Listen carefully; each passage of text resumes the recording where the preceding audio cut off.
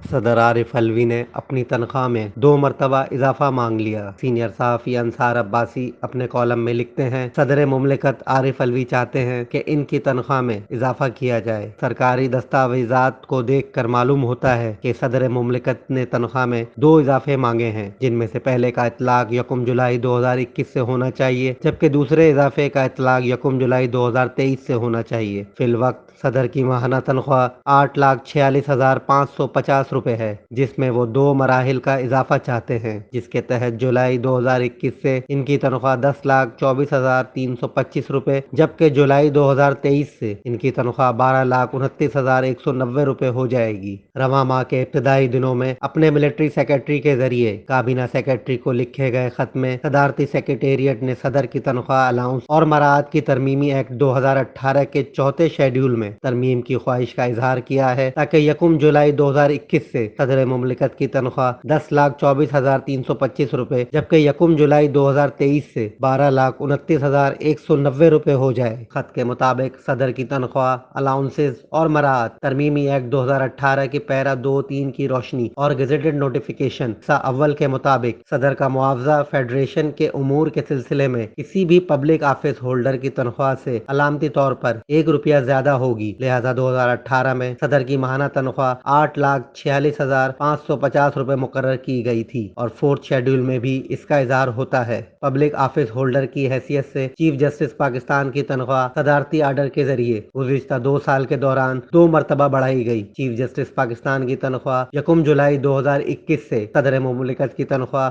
8,24,324 روپے، جبکہ 1 جولائی 2023 سے 12,29,179 روپے مقرر ہوئی۔ اس طرح صدر کی تنخواہ طے شدہ اصولوں کو مد نظر رکھتے ہوئے بڑھائی نہیں گئی۔ مذکورہ بالا کی روشنی میں ایوان صدر نے فورتھ شیڈول میں ترمیم کی خواہش ظاہر کی ہے۔ کابینہ ڈویژن نے معاملہ وزارت قانون کو بھیج دیا، جس نے 18 اگست کو کابینہ ڈویژن کو تجویز دی کہ صدر کی تنخواہ میں اضافے کے لیے کام شروع کیا جائے۔ وزارت قانون کا کہنا تھا کہ اسی ایکٹ کی شق 3(2) کی روشنی میں وفاقی حکومت کے پاس اختیار ہے کہ وہ شیڈول میں ایک نوٹیفیکیشن کے ذریعے ترمیم کر دے، اور صدر کی تنخواہ میں نظر ثانی کی خاطر فورتھ شیڈول میں ترمیم کے لیے ترمیمی ایکٹ لانے کی ضرورت نہیں ہے۔ یہ معاملہ فائنانس ڈویژن کو بھی بھیج دیا گیا تھا، جس نے 22 اگست کو صدر کی تنخواہ میں موجودہ اضافے کی حمایت کی۔ اب یہ معاملہ منظوری کے لیے کابینہ کو پیش کیا جائے گا۔ اس طرح صدر مملکت کو نہ صرف تنخواہ میں مطلوبہ اضافہ ملے گا، بلکہ انہیں بھاری بھرکم بقایا جات بھی ملیں گی، کیونکہ ان کی تنخواہ میں 2 سطح پر اضافہ کیا گیا ہے، جو بالترتیب 1 جولائی 2021 سے اور پھر 1 جولائی 2023 سے ہوگا۔